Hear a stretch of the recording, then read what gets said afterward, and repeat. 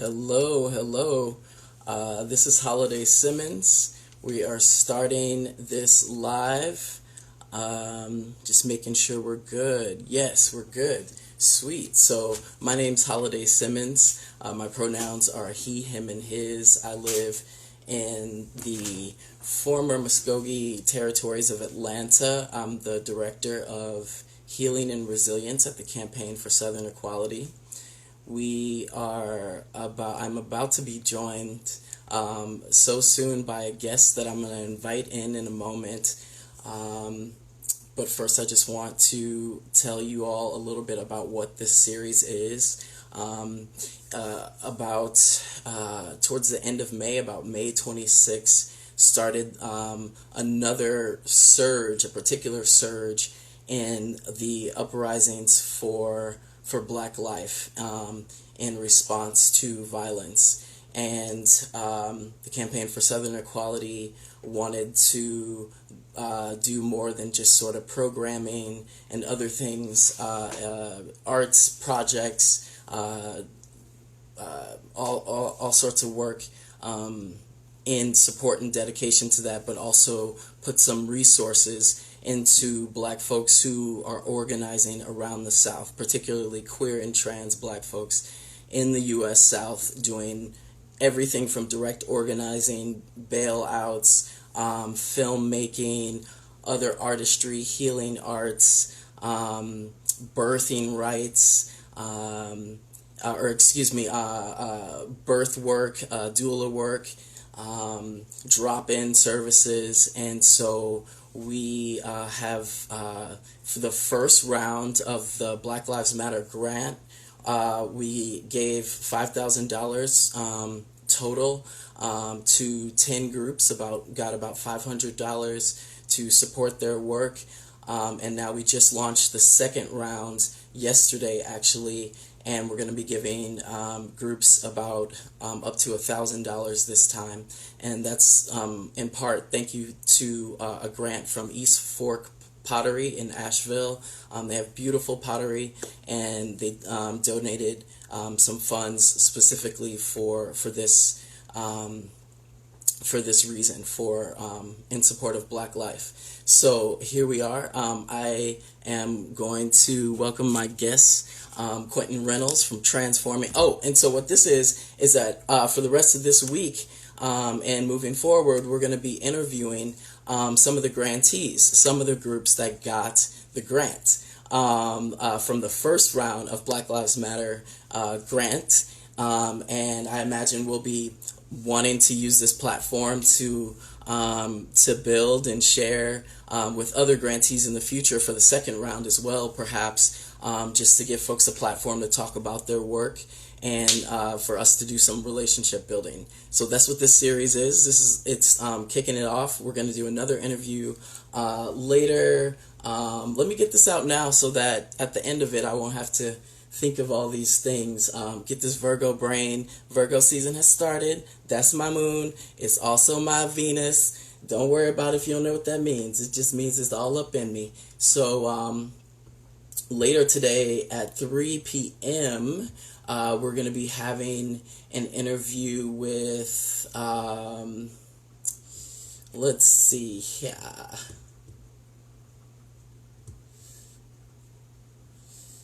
Give me 1 second. With Tequila Rivera. Oh, I'm so excited for this interview. Later today at 3 p.m. Eastern, we're going to be having an interview with Tequila Rivera of Make Lemonade Doula and Coaching Services out of Memphis, Tennessee, one of the grantees for the first round of Black Lives Matter grant. And on Wednesday, tomorrow, August 26th, I think that's going to be 1 p.m. Eastern, but we can get back to you on that. We're going to be having an interview with Dr. Anise Mabry of the Box Breakers, an awesome group, and I actually can't remember where they're out of. But yeah, so that's what's popping, and let's get going with this interview. Let me invite our guest in.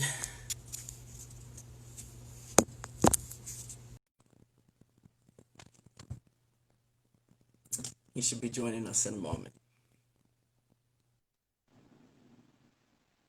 Hey, Quentin, Hey, Holiday, how you doing? it's good to see you. Good to see you too. Thanks for It's having me. yes, it's an honor. It's an honor. So, Quentin Reynolds of Transforming, y'all. Please introduce yourself. Tell us who you are and whose you are, and who is transforming. Yeah. Again, I just want to thank you and Southern Equality for having the grant and for granting us the grant, and then also for having this platform and let us talk about some of the work that I do and some of the work that Transforming does. But yeah, so I'm Quinton Reynolds. I'm the lead organizer for Transforming. I'm a trans activist and trans organizer. I'm a formerly incarcerated advocate. So Transforming is an organization based in Metro Atlanta. Um, Sorry, I didn't say my pronouns. Pronouns he, him, his. But yeah, Transforming is an organization based in Metro Atlanta, intergenerational for intersex, trans men, gender non-conforming, assigned female at birth. We do wraparound services around holistic help and supporting transitioning, whether it be housing, linkage to care, document change, um, anything that we can assist with, we try to assist with. It was founded in 2007 by the founder and executive director BT, who couldn't make it, but I'm here to fill Shouts in out, for him today. BT. Yes, he's the elder in the community. A lot of Yes, people know BT. He's been doing the work for a long time. absolutely, absolutely. Oh man, it's a pleasure. Yes, transforming is has been an anchor for many uh, uh, transmasculine people for gotta be over a decade now, possibly even 20 years. I would definitely say the Metro Atlanta area because I know there's definitely people that have come in from outside of Atlanta to come to the meetings. I mean, I remember somebody. I used to go to transforming meetings many years ago. There were folks coming from like South Carolina and Alabama, just to get that once a month. Yeah, so tell us a little bit. What are some of those? I just kind of dipped into it because I remembered, like, I got goosebumps remembering some of the sacred space that was created at least years ago. What does it look like now? What y'all up to? So now with COVID going on, we have switched to virtual. So we've been doing virtual meetings, but we also been doing some panels. Um, we are focusing on a few projects right now, and I can talk a little bit about those. So we have a prison project where pre-COVID we used to go inside of the prison twice a month and have support groups, and we advocate for them so they can have toiletries and make sure staff and they're being treated correctly and how they identify in there. So now we can't go inside the prison, but we're doing pen pal services for those individuals that's in there, and we are advocating to get the ones that have a year or less to be released. Um, with this time with COVID going on, so that's one thing we've been focused on. We also been working on Close the Jail ATL Alliance, Yes, and yes, defunding work with Women on the Rise. We have been partnering with them for years, trying to get the ACDC, which is the Atlanta City Detention Center, closed down and repurposed. So that has been a big focus and a big win for us because the jail is being closed down, and now we are trying to get it repurposed into an equality center where it once oppressed people, but now it'll be a resource center with wraparound services for everyone. So that's the thing that we've been focusing on with Women on the Rise. Another project which has been big with this coming election coming up. We have we've done it in the past, but this year is focused around voting. So we've been doing document project where we go in and we get people that haven't had name changes. So we get their name changes. We go to court with them, and then we go and do a passport clinic where we have a physician that writes letters for the individuals that's in the passport clinic saying that their passport should match with whatever gender identity they identify with. And then we take them to the passport clinic, get that information changed. Once they have the passport changed, they can change all their other documentation, like driver's license, state ID. So we've been focusing on that because we know voter suppression is real in the South and especially here in Georgia. So what we've been doing is so they have at least documentation that can match how they identify and how they show up. So then when they go to the vote and go to vote, it won't be that much of an issue. But we're even going as far as to saying we will go with you to vote also. Or if you Right. have any problems while you're voting, we will go with you or call us and let us know. So that's another thing that we've been focusing on. Um, a lot of our panels that's been going on, we've been having panels about Black Lives Matter movement and what's going on with queer and trans folks and how do we fit in that and how do we be represented within that. And is it a disconnect and why is there a disconnect within the queer and trans community with the Black Lives Matter movement? Um, and the last project, well, another project, we got a lot of projects, but yeah, another one is the HIV sexual health, and that's really focused around gender diverse people, but we have a special focus around AFAB bodies, particularly those who are in same gender loving relationships or have sexual relationships with cis men or um, trans women or people assigned male at birth, whether it be non-binary or trans women or Mm-hmm. cis men that Mm-hmm. identify as men. But to try to have that voice and bring awareness around it that hey, we are in this space and we are at risk, but to also educate people because a lot of people aren't educated on it. So it focuses on provider education and it focuses on education for the community also. So we know because I know for me, I didn't know a lot about my body until you go into a doctor's office and they actually are educated on it. And not a lot of providers are educated on that type of information. Mm-hmm.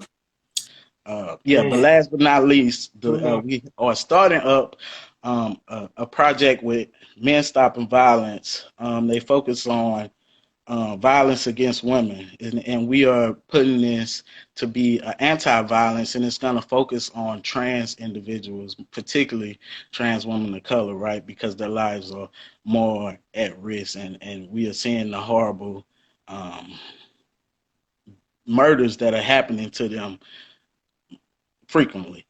Right. So this project it's kind of it's a anti-violence, but it's around education to kind of educate the community. Not just it's kind of like a trans one-on-one mixed with um, patriarchy and colonialization and kind of the teachings of what Men Stopping Violence teaches, but it has a trans component to it.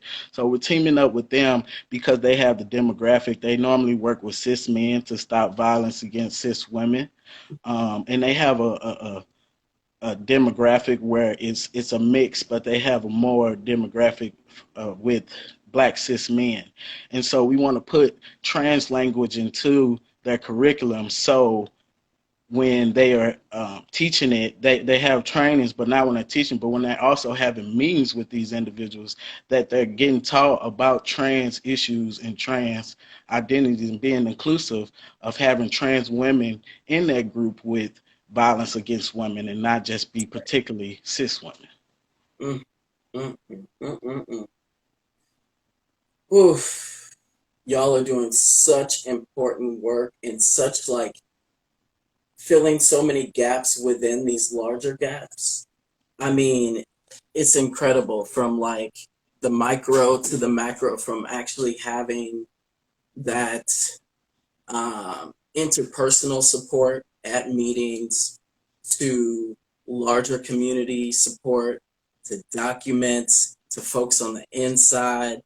You know, that health piece is huge. I mean, there's already, huge information gaps in HIV world, service world for trans women, but even more so for trans men. Like there's just like very little studies, and the intake questions reflect that. When we go to places that are geared towards cis gay men, and maybe just starting to be competent and experience with trans women, there's just like no concept for trans men. And Mhm. so that is incredible. The men stopping violence, absolutely, absolutely. The masculinity work that's often missing in transmasculine space, y'all filling that gap. You know, I'm just very, very revenant. Yeah, I appreciate it. Um, you personally, what's sort of making your heart race around all of this um, right now? So right now, um, I'm really focused on the document project. Voting is like I've been making sure that everybody's educated around voting, making sure people are registered to be voting because it's really, I, to me, it's kind of like a life or death situation because the last few years, it's trans rights have been rolled back and protections that we had, a lot of those protections that we have been tried to be rolled back or have been in one way or the other. So it's important for us to be educated on what's been happening, um, what's been rolled back, and how can we change it. And the answer is to get out and vote. I know a lot of people think that voting is, oh, it doesn't make a difference, or it doesn't matter. But if you don't go vote, then you don't really have a voice at all. If you can vote, you should get out and vote because people didn't go vote in 2016, right? So if Mhm. they didn't go vote in 2016 and now it's 2020 and we're in this situation, and for people What to say, happened? I don't know if my vote matters or I'm not going to go vote, well, things aren't going to get better if you don't go vote. You didn't go vote 4 years ago. Mm-hmm, So if you don't go vote now, things are just going to get worse. It's not going to get better. I mean, mm-hmm, look at everything that's going on with COVID. Like, we had a COVID fund, and it breaks my heart for it to be so many people to be out of work. And, we've been trying to support people around housing, making sure they have money for rent or food, but we're a small organization, so we only have so much. mm-hmm. And those resources a lot of times for trans and queer communities are we get the last of donations from Right. then the rest of the bigger organizations get, but not just the cis-led organizations get. So when we get the other donations at the end, it's like we try to do what we can with what we have, but we can only do so much. But people basic needs are not being met. And a lot of trans and queer folks are gig economy workers, whether it be sex work, whether it be driving for Uber, whether it be you might have a little hustle where you go cut grass or whatever the case is you might do. And that has been cut short with COVID. So it's been an issue with people trying to apply for unemployment. Yeah. It's all of that's been an issue with COVID, and it's just showing up how marginalized communities and especially queer and trans folks are oppressed and at a disadvantage than everybody else. Mm. Mm-hmm. Mm-hmm. Yeah. Um, and the resilience continues, however, in addition to Yes, yes. comma, semicolon. Um, yes. So with that, these are just short little ditty interviews. So we're gonna wrap it up, and but I want to just give you the mic one last time to just tell folks how they can support transforming, where they can find y'all. If you want to drop your own social media links, if you want folks to connect with you directly, and then just anything else you want to share as we close out. Yeah, so of course. So I just want to bring up a few surveys that we have out. We have a survey to repurpose the jail. If you go on um, our social media, Facebook, it's a link to that. Fill it out. It's to get the community's input so we can give it to the mayor to figure out what we want the jail to look like once it's repurposed. So we have that survey and a sexual health survey out for AFAB people. Please, please, please fill that out so we can get more information and give it the people that are making the decisions about your body, they want data. and data. So if we don't have that, then they're going to keep making informed decisions. And quick That question, a quick question. The community, the survey for the repurposing of the jail. Yes, close the jail ATL. Shout out to that as well. Women on the Rise, Solutions Not Punishment Collaborative, all the fam. Is that for just Atlanta people or Georgia people, or anybody can fill that out? Yeah, anybody can fill it out, but it does ask you the some information. But yeah, anybody can fill it We could out. do that. Just go on Then there. anybody Whoever. can take the health survey as well. Anywhere. Yes, anybody, any AFAB individual, trans man, anywhere. And you can follow us on Facebook. All of our social media handles is Transforming ATL, whether it be Instagram, Facebook, or Twitter. And you can sign up for our newsletter or check out our website is trans-forming.org. And you Awesome. can look me up, Quinton Reynolds, on any social media also. Man, it's an honor. It's truly an honor, Quentin. Thank you for all you're doing. It's an honor to support you. And I look forward to our paths crossing again. You too. Thank you again, Holiday. For sure. Take care. Bye bye.